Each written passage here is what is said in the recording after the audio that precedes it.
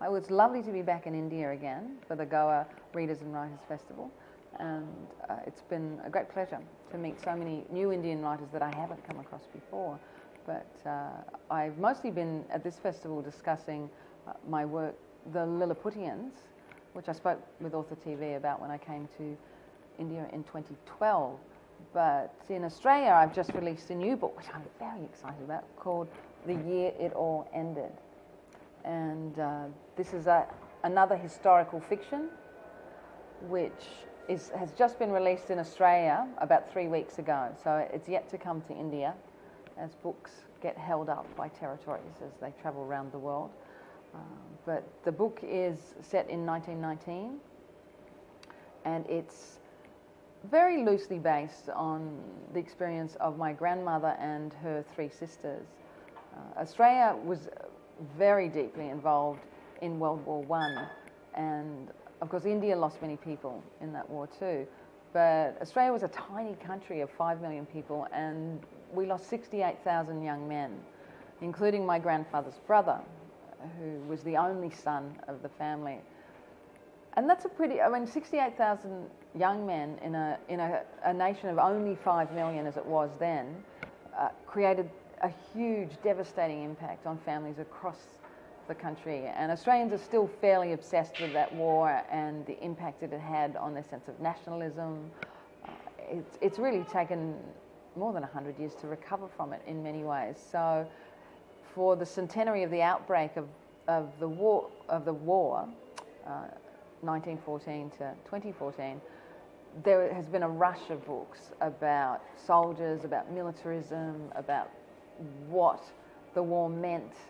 And most of the stories, many of them which are very fine books, but they tend to focus on the experience of the active man at the front, of the militarized personalities at home, on the nurses who went to the front. The sort of narratives that people discuss in relation to that war are all about people who are on active service.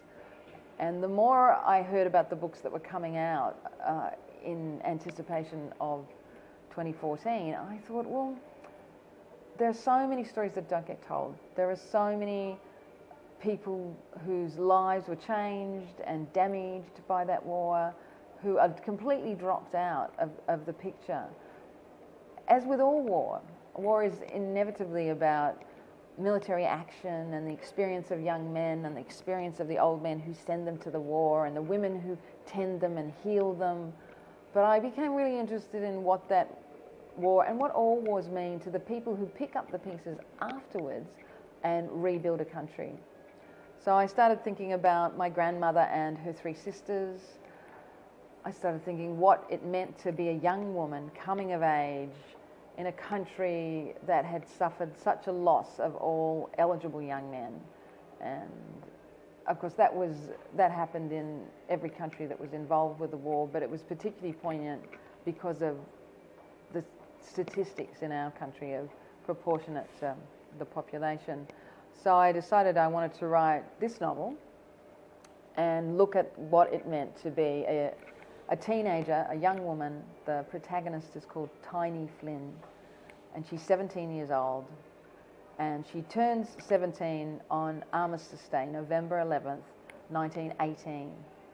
And then the story tracks the year after the war and what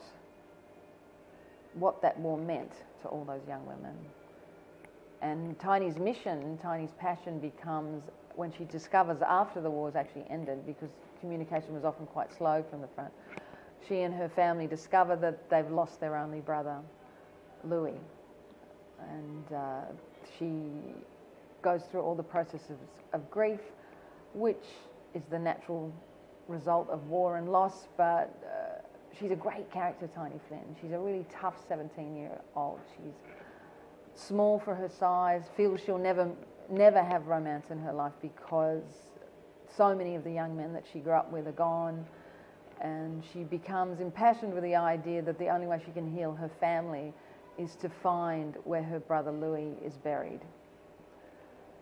And if is, in order to write this book, I went to the Western Front in France, in the north of France, in the Somme, and visited all the war graves, including the grave of my great uncle Louis, my grandmother's only brother who died. And it was actually quite a traumatic book to write. It was really, writing about war and action can be dramatic and difficult, but writing about grief, unmitigated grief, and the carnage in the years after the war, because the reconstruction in France, in Belgium, after the war in the trenches was a huge international effort.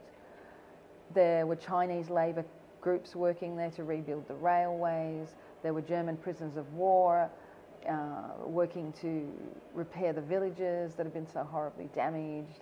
So Tiny Flynn has to go on this odyssey to discover what the war meant to her and what it means to her family. So it's a book about war, but it's also, I like to think it's also a book about hope and reconstruction.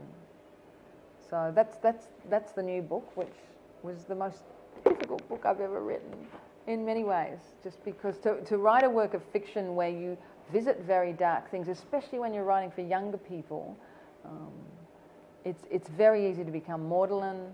It's very easy to lose your stamina to filter this information and make sense of it. And war is senseless, so there's not a sense to be made of that. But I think all novelists do this. When you have difficult material, you have to put it through a filter to give it a form and give it a shape and make these experiences comprehensible. So it was a really difficult, challenging book to write, and it's a great pleasure to actually have it in the finished form, because it was about, really, I started thinking about writing it 10 years ago, and the last 3 years have been very intense in bringing the book to its final draft. So that's what's kept me out of trouble for the last few years. No, well, if my grandmother was still alive, she'd be 113, so there was no point. All that generation is gone. Everybody in my family from that generation is gone. But as a small child, they were wonderful storytellers, particularly my grandfather. And I had a great aunt who was the twin sister of my grandmother, and she was also a very excellent storyteller. And I listened very closely to them. I think children who soak up those sort of family narratives often are destined to become writers. So 100 years is not so long either, actually. 100 years is, in my family, that's just 3 generations. It's possibly you're too young to realise 100 years flashes past very quickly. Well, the book is set in Adelaide, which is a city in the south of Australia, in the state of South Australia. And Adelaide's got a really interesting history. I particularly wanted to pick Adelaide, not just because of my family connections, but because Adelaide, at the outbreak of World War I, a third of the population were of German descent. And outside of Australia, possibly not many people know that Australia's southern states were very, very heavily settled by the Germans, particularly from 1848. The revolutions of 1848 in Europe meant that many Lutheran families left Germany in their hundreds, in their thousands, and set up in South Australia. And there's a region in South Australia called the Barossa Valley, which still has a very heavy sense of its German traditions. But what happened in the outbreak of World War I is the German became the enemy within the country, and 7,000 Germans and Austrians were put into prison camps in Australia. And a lot of terrible things happened in those prison camps, which is partly mentioned in the book. And for the people of German descent, who were, some of them were like third generations, like my grandmother was a third generation German Australian, that there was a great push to talk down your German ancestry, and many people changed their names. 68 towns had their names changed. Towns all around the country had their names changed. In my city of Melbourne, there's a town quite close to the city called Thomastown. But in 1914, that town was called Germantown.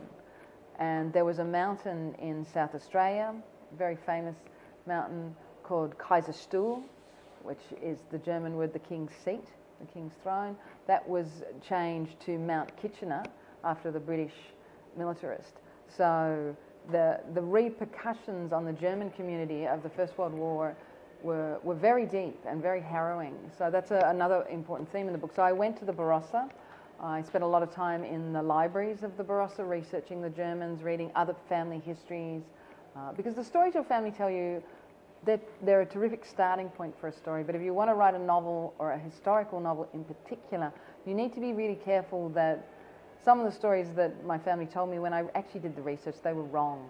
That they cleaned the story up and romanticised it to comfort themselves in some ways about some of the loss and the damage. So I looked at all those aspects of what it meant to be a German Australian.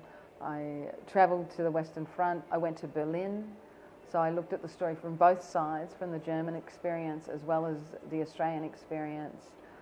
I spent a lot of time in libraries and archives and gathering material about the political history of the time. Because even though this is a book for teenagers, mostly for older teenagers, sort of 14 to 17 is the readership, that you want to make sure that you've given them something that's really strong that they can carry through and have faith that this is an accurate portrayal of a time in our history.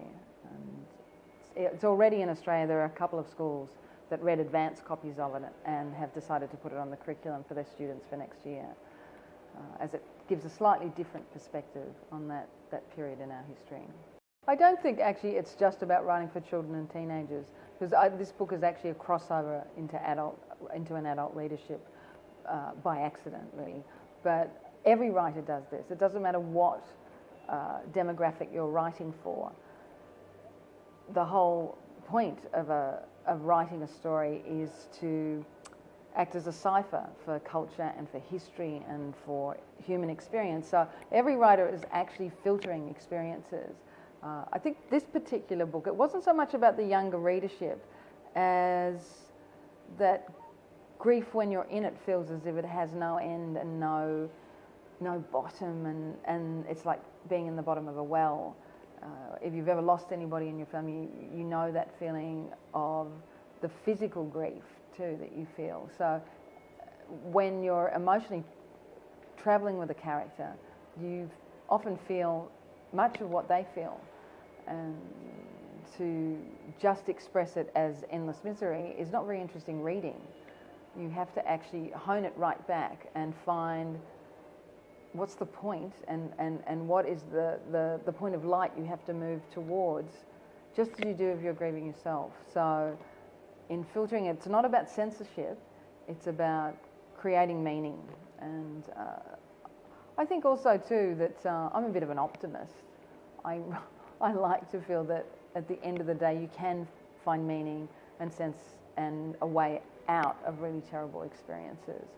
So that was the challenge with this book, was to read about so many people in mourning, so many horrific deaths and long-term damage, not just losing somebody, but the young men who came back, who were changed, who were not the brothers and the fiancés that these young women thought they knew. They came back as changed men, and that had a lot of impact on how Australia developed across the 20s and 30s. So although this is a very Australian book, these are experiences that everybody goes through with war, when women welcome their men back and then find they're not the men that they parted from in the years before the war. So I looked at that sort of experience too, and read a lot of personal memoirs of how families coped with their very wounded, shell-shocked, emotionally disturbed family members who returned from the war.